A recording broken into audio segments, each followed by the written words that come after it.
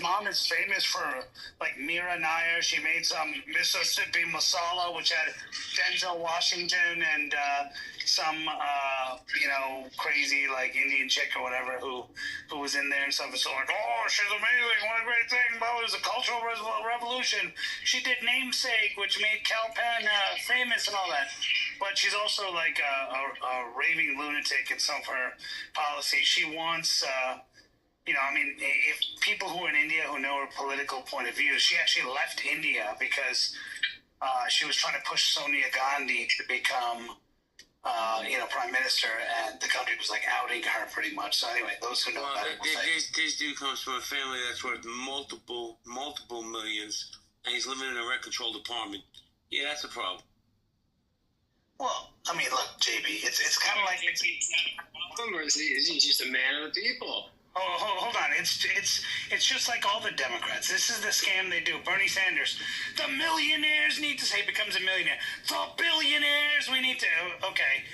Then you find AOC who talks about all. Then you find out, if you actually look and you actually research, which people don't do, she grew up in a privileged school, but she talks, I'm a girl from the Bronx, from the Bronx. I grew up over here. And then you look at it, you're like, no, she grew up in a privileged home. I was waiting tables. Yeah, you were waiting tables to make extra money, but your apartment was paid for by your parents and your family who lived in a very luxurious area, which is where you grew up. I mean, you can look it up.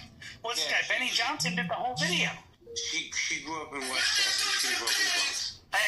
But she won't admit that. Just like Obama leaves out the part where he grew up in.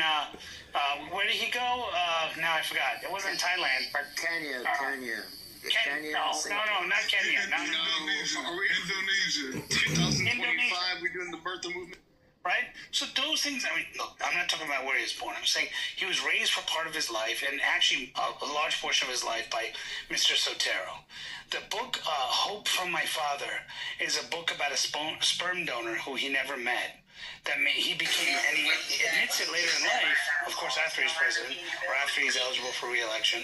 He admits it, says, I never actually met my father, but he was raised by Mr. Sotero. But doesn't even invite, it's just, why are there all these weird things that are just not allowed to be asked or known? Look at Crockett, Jasmine Crockett, right?